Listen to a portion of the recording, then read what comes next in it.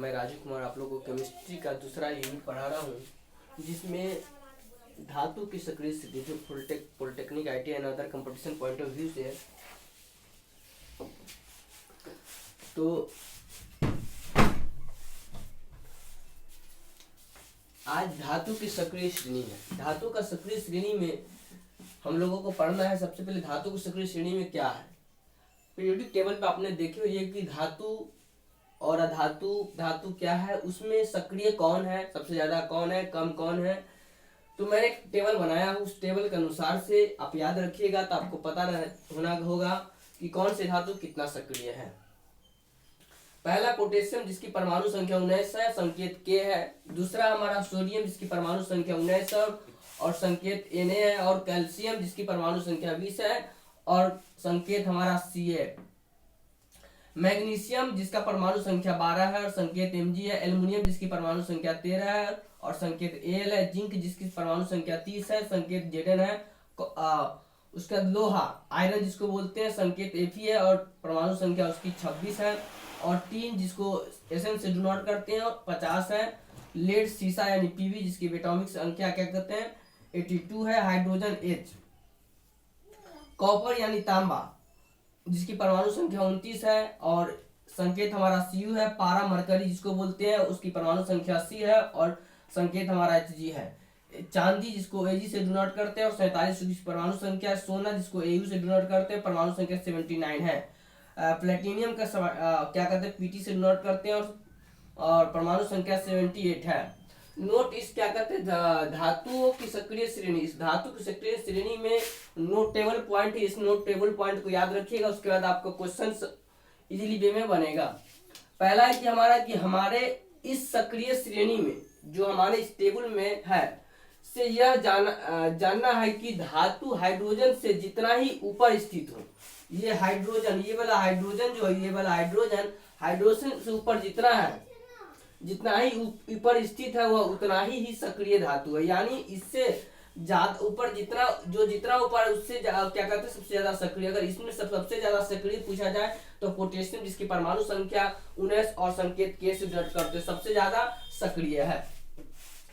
यानी हाइड्रोजन से ज्यादा सक्रिय हमारा लेड यानी सीसा, उससे ज्यादा सक्रिय हमारा टीन है, उससे ज्यादा सक्रिय हमारा क्या है लोहा यानी आयरन है, उससे ज्यादा सक्रिय हमारा जिंक है, उससे ज्यादा सक्रिय हमारा एल्युमिनियम, उससे ज्यादा सक्रिय हमारा मैग्नीशियम है, उससे ज्यादा सक्रिय हमारा कैल्शियम, उससे ज्यादा सक्रिय हमारा सोडियम है, उससे ज्यादा सक्रिय क्या कहते हैं पोटेशियम है।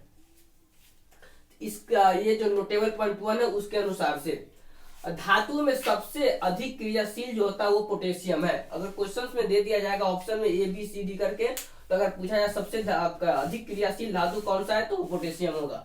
धातु में सबसे कम क्रियाशील धातु सीसा है। आपको एग्जाम में पूछा जाएगा, ऐसे टेबल के अनुसार से PT होना चाहिए, बट आप जहां भी क्वेश्चंस देखिएगा वहां पर आपको सीसा ही दिखेगा। धातु में सबसे कम क्रियाशील धातु सीसा है।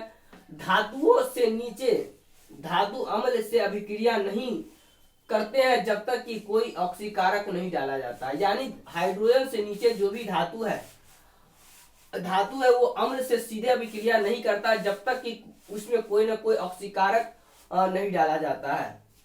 हाइड्रोजन से नीचे वाले जो सक्रिय धातु है नाइट्रिक अम्ल से अभिक्रिया करता है।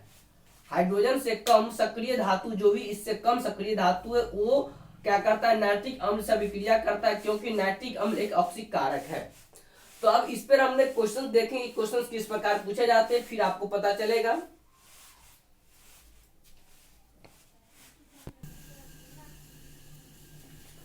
तो क्वेश्चन था सक्रिय धातु पर। क्वेश्चन के इनमें से कौन सी धातु सबसे अधिक क्रियाशील है। तो आपको सक्रिय श्रेणी का जो हमने चार्ट बनाए थे वो चार्ट अगर याद है या इस तरह से आपको याद है क्या कहते हैं potassium, calcium, sodium, magnesium, aluminium, zinc, इस प्रकार से अगर चार्ट याद हो तो जो ऊपर होगा सबसे ज्यादा क्रियाशील होगा और हाइड्रोजन से नीचे जो होगा वो कम क्रियाशील होगा। और मैंने जो नोट में लिखाए थे वो याद होना चाहिए। तो इनमें से कौन सी धातु सबसे अधिक क्रियाशील है। तो सबसे अधिक क्रियाशील क्या है हमारा पोटेशियम। अगर मिल जाएगा इस ऑप्शन में पोटेशियम तो डायरेक्ट आप मार दीजिएगा। इसमें यहाँ पे क्या है केफर को पोटेशियम हो गया। इनमें से कौन सबसे अधिक क्रियाशील धातु है। Zinc, aluminium, magnesium, sodium. Zinc, aluminium, magnesium, sodium. देखेंगे जिंक, यहाँ से जिंक जिंक देखेंगे, मैग्नीशियम देखेंगे, जिंक, मैग्नीशियम, एल्युमिनियम और सोडियम, ये चार में सबसे ज्यादा ऊपर कौन है? ऊपर कौन है? हमारा सोडियम है, तो सोडियम मार देंगे। इसमें ऑप्शन क्या है हमारा? सोडियम, Na मार देंगे। दूसरा है कि इनमें से सबसे कम क्रियाशील धातु कौन है? सबसे कम क्रियाशील धातु ऑप्शन में देखेंगे कि कौन है हमारा। फिर इनमें से सबसे कम क्रियाशील धातु कौन है? आपका हमारा जिंक है, आयरन है, जिंक Zn4 जिंक हो गया, Fe आयरन हो गया, Sn3 हो गया, आपको उसका Pb लेड हो गया, है ना। तो सबसे कम क्रियाशील धातु, ऊपर वाला हमारा सबसे ज्यादा क्रियाशील, नीचे वाला कम क्रियाशील धातु, तो Pb हमारा कम क्रियाशील धातु, तो आपका ये हो गया। कारक, इनमें से कौन सी धातु अम्ल से अभिक्रिया नहीं करता है जब तक कि कोई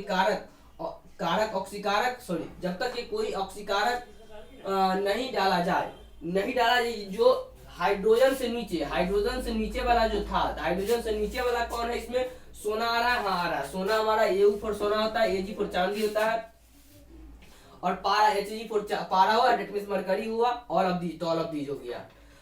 पांचवा क्वेश्चन है, इनमें से हाइड्रोजन से कम सक्रिय धातु कौन है? हाइड्रोजन से कम, हाइड्रोजन से नीचे वाला जो जितना होगा सब सक्रिय धातु है, यानी सोना, चांदी, पारा, यानी ऑल ऑफ दीज। तो इस प्रकार से सक्रिय धातु से क्वेश्चन पूछे जाते हैं। फिर अगला टॉपिक देखते हैं हम।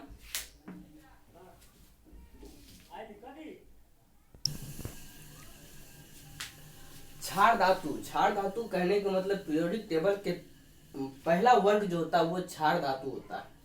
तो क्षार धातु से क्वेश्चंस क्या होते हैं? क्षार धातु दैट मींस पीरियोडिक टेबल के अगर पहला वर्ग के सारे एलिमेंट अगर याद है तो वो सारे क्षार धातु में आएगा। इतना अगर याद है तो आपको क्षार धातु से जो भी क्वेश्चन दिया रहेंगे सब बन जाएंगे। लेकिन आपको मैंने टेबल बताया हूँ, क्रम संख्या 5-6 तक बताया हूँ क्षार धातु। एक लिथियम जिसका Li से डिनोट करते हैं, परमाणु संख्या 3 हो गया। सोडियम जिसको Na से डिनोट करते हैं, परमाणु संख्या 11 हो गया। पोटेशियम जिसको K से डिनोट करते हैं, परमाणु संख्या 19 हो गया। रुबेडियम Rb से डिनोट करते हैं, परमाणु संख्या 37 हो गया। सीजियम जिसको Ca से डिनोट करते हैं, परमाणु संख्या 55 हो गया। फ्रांसियम जिसको Fr से डिनोट करते हैं, परमाणु संख्या 87 हुआ। लेकिन इससे पहले देखिए, आवर्त सारणी के प्रथम वर्ग के सभी तत्व को क्षार धातु कहते हैं, आपको याद होना चाहिए। क्वेश्चन पैटर्न, इनमें से कौन क्षार धातु नहीं है? पहला है तो देखिए क्षार धातु कौन नहीं है, तो लिथियम, सोडियम, मैग्नीशियम और क्या कहता है K4 पोटेशियम। तो आपको ये भी है, ये भी है, ये भी है, तो यानी मैग्नीशियम नहीं, तो आपको नहीं पूछ रहा है, तो यानी क्या हो जाएगा हमारा मैग्नीशियम। दूसरा क्वेश्चन देखिए, इनमें से कौन क्षार धातु है? Lithium, potassium, sodium, all of these, यानी इनमें से सब। यहाँ पर ऑल ऑफ दीज लिखा है, ऑल ऑफ सभी, तो क्या हो जाएगा हमारा सभी हो गया। इनमें से कौन क्षार धातु है? मैग्नीशियम, कैल्शियम ये दोनों नहीं है, और बेरिडियम नहीं है, नन ऑफ दीज। तो क्या करेंगे हम लोग? नन ऑफ दीज मार देंगे। इनमें से कौन सी धातु आर्गन जैसी इलेक्ट्रॉनिक विन्यास प्राप्त करना चाहता है? आर्गन जैसे हमारा आर्गन क्या परमाणु संख्या कितना होता है? 18 होता है, यानी इसको हम लोग आर्गन के आसपास हमारा क्या है? पोटेशियम K है, क्या है? K है। आर्गन के आसपास K है, जो हमारा क्या कहते हैं इस क्षार धातु में आता है, K दैट मींस पोटेशियम। तो आपका आंसर क्या हो जाएगा? पोटेशियम। और पांचवा क्वेश्चन देखिए, कहता क्षार धातु लिथियम को अक्रिय गैस जैसी विन्यास प्राप्त करने के लिए, लिथियम दैट मींस 3 हो गया, इसको क्या कहते हैं, आपको अक्रिय गैस विन्यास प्राप्त करने के लिए कितना इलेक्ट्रॉन प्राप्त करना होगा? यानी प्राप्त करना होगा, त्यागना नहीं होगा, प्राप्त करना होगा। यानी इसमें इलेक्ट्रॉन जाएगा, यानी 1 इलेक्ट्रॉन जाएगा तब 4 हो जाएगा, और 4 क्या हो जाएगा हमारा? वो अक्रिय गैस की श्रेणी में आ जाएगा। तो इसमें क्या हो जाएगा आंसर हमारा? ए हो जाएगा। यानी एटॉमिक नंबर 4 जो गया हमारा क्या हो गया? आपको आर्गन गैस की अक्रिय गैस की, कहा गया कितना इलेक्ट्रॉन प्राप्त, अक्रिय गैस की श्रेणी में आ जाएगा। ठीक है, तो इस प्रकार से क्षार धातु क्वेश्चन पूछते हैं। फिर आगे देखता हूँ, वो टेबल से क्वेश्चन बता रहा हूँ, फिर आपको आगे भी फार्मूला पुटिंग भी क्वेश्चन आएंगे।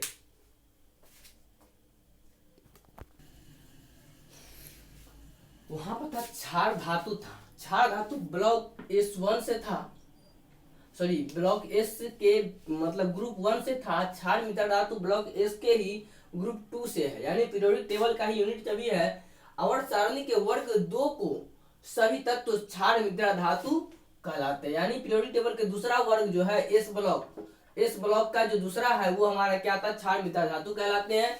उसमें आते हैं बेरिलियम आते हैं, मैग्नीशियम आते हैं, कैल्शियम आते हैं, स्ट्रोंशियम आता है, बैरियम आता है, रोडियम होता है। बैरियम रेट में बी से डिनोट करते हैं, 4 एटॉमिक नंबर होता है। मैग्नीशियम को एमजी से डिनोट करते हैं, 12 एटॉमिक नंबर होता है। कैल्शियम को सीएस से डिनोट करते हैं, 20 एटॉमिक नंबर होता है। और स्ट्रोंशियम को एसआर से डिनोट करते हैं और 38 उसका एटॉमिक नंबर होता है। बेरियम को बीए से डिनोट करते हैं, एटॉमिक नंबर 56 होता है। और रेडियम को आरएस से डिनोट करते हैं, एटॉमिक नंबर उसका 88 होता है। इसमें कुछ बात नोट्स वाली बात है कि देखिए, क्षार मृदा धातु भी एस ब्लॉक है। जिस प्रकार से क्षार मृदा धातु भी एस ब्लॉक का है, यानी क्षार मृदा धातु वो था एक क्षार धातु, वो दोनों एसी ब्लॉक के हैं होते, वैसे वर्ग 1 और 2 के तत्व एस ब्लॉक कहलाते हैं। वर्ग 1 और 2 का ब्लॉक एस क्या कहता है, एस ब्लॉक कहलाते हैं। पृथ्वी परत पर क्षार मृदा धातु, पृथ्वी परत पर जो होता है क्षार मृदा धातु, कैल्शियम के परसेंटेज मात्र 35% होते हैं। दूध में सबसे अधिक मात्रा में पाए जाने वाला कैल्शियम है। क्षार मृदा धातु मैग्नीशियम पौधे को हरा रंग देने वाले कार्बनिक यौगिक क्लोरोफिल में पाया जाता है। ये नोटेबल पॉइंट था। अब इस पर क्वेश्चंस किस प्रकार के आते हैं ये देखते हैं हम लोग। फिर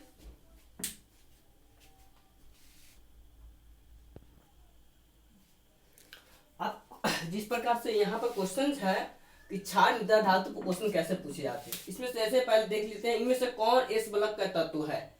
तो सोडियम, मैग्नीशियम, कैल्शियम, वर्ग 1 और वर्ग 2 जो होता है हमारा 1 और 2, ये दोनों क्या था, वर्ग हमारा सोडियम एन वर्ग से आता है 2, और ये मैग्नीशियम और कैल्शियम वर्ग 2 से आता है, इसीलिए इसका आंसर क्या हो जाएगा 2, मतलब ऑल ऑफ दीज हो जाएगा। यानी इनमें से कौन एस ब्लॉक का तत्व है, यानी ऑल ऑफ दीज हो जाएगा। इनमें से कौन क्षारीय मृदा धातु है, क्षारीय मृदा धातु जो 2 ब्लॉक का होगा, दूसरा ब्लॉक के तत्व का क्षारीय मृदा धातु, तो बी बैरियम हो गया, मैग्नीशियम कैल्शियम, ये दोनों तीनों है, तो ऑल ऑफ दीज हो गया। इनमें से कौन क्षारीय मृदा धातु है, क्षारीय मृदा धातु जो ब्लॉक 2 के होंगे वो सभी होंगे। तो एल्युमिनियम ब्लॉक 2 का नहीं है कि नहीं, और जिंक नहीं है, आयरन नहीं है, सिर्फ कैल्शियम, तो कैल्शियम होगा। क्षारीय मृदा धातु कैल्शियम के निकटवर्ती अक्रिय गैस जैसी विन्यास प्राप्त करने के लिए कितने इलेक्ट्रॉन का त्याग करना पड़ेगा। वहां पर प्राप्त करने के लिए 1 या त्याग करने के लिए 1 था, यहां पर प्राप्त करने के लिए 2 चाहिए। ठीक है, जैसे आर्गन और कैल्शियम, ये मृदा धातु है, क्षारीय मृदा धातु है, और इस ये आना है, यहाँ पाना है, तो क्या करेगा, ये 20 हो गया, ये 18 हो गया, ये 2 इलेक्ट्रॉन त्याग कर देंगे तो क्या आ जाएगा, अक्रिय गैस की श्रेणी में आ जाए, मतलब उसके जैसा इलेक्ट्रॉनिक विन्यास प्राप्त कर लेंगे। तो इस प्रकार से आपका क्वेश्चन पूछे जाएंगे।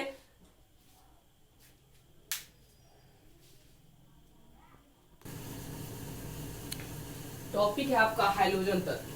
हाइड्रोजन तत्व किसको कहेंगे, पीरियोडिक टेबल में आप वर्ग नंबर 17 जाएंगे, या कथावर्त सारणी के वर्ग 7A या 17वां के तत्व जो है हाइड्रोजन तत्व कहलाते हैं। हाइड्रोजन तत्व कहलाते हैं, लेकिन देखिए हाइड्रोजन तत्व में आते कौन कौन है, जैसे फ्लोरीन, क्लोरीन, ब्रोमीन, आयोडीन। मैंने आप शॉर्टकट लिख दिया हूँ, फ्लोरीन 4F हो गया, क्लोरीन Cl हो गया, ब्रोमीन Br हो गया, आयोडीन I हो गया। फ्लोरीन का एटॉमिक नंबर 9 हो गया, क्लोरीन का एटॉमिक नंबर 17 हो गया, ब्रोमीन का 35 हो गया, आयोडीन का 53 होगा।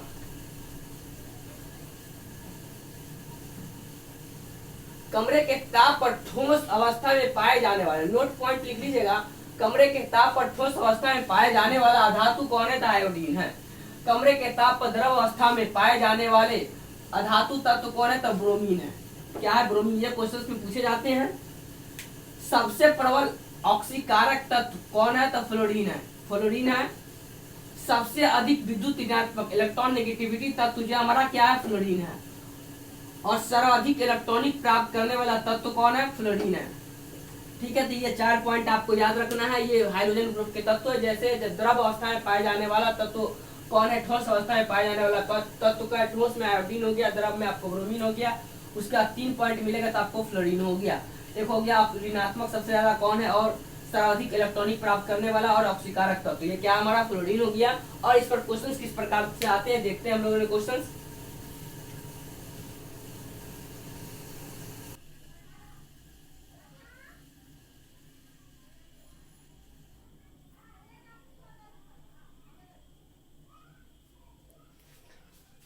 क्वेश्चन है इनमें से किसकी संयोजी इलेक्ट्रॉन की संख्या 7 है। 7 जो सबका है, क्लोरीन, फ्लोरीन, ब्रोमीन, आयोडीन सबका संयोजी इलेक्ट्रॉन कितना है? 7 है। और अब दीज मार देंगे। इनमें से कौन सबसे अधिक प्रबल ऑक्सीजन कारक है? तो फ्लोरीन हमको याद होना चाहिए, फ्लोरीन हो गया। इनमें से कौन सबसे अधिक विद्युत ऋणात्मक है? तो फ्लोरीन हो गया। इनमें से कौन सर्वाधिक इलेक्ट्रॉनिक प्राप्त करने वाला तत्व है? तो हमारा इसमें वहां पर जो नोटेबल पॉइंट में था, सबसे इलेक्ट्रॉनिक प्राप्त करने वाला जो हमारा वो क्लोरीन होता है। वो गलत लग गया था, वहां पर आपको फ्लोरीन होगा, लेकिन ओरिजिनल में क्लोरीन होता है। इनमें से कौन सा तत्व कमरे के ताप पर ठोस अवस्था में रहता है? ठोस अवस्था में जो रहता है वो हमारा क्या होता है? आयोडीन होता है। और द्रव अवस्था, एक और क्वेश्चन है, बस इसको हटा के द्रव लगा दिया है। द्रव अवस्था में कौन सा रहता है? तो ब्रोमीन रहता है। तो इस प्रकार से क्वेश्चन आते हैं। अब उसके बाद हम लोगों ने संक्रमण धातु की चर्चा करेंगे।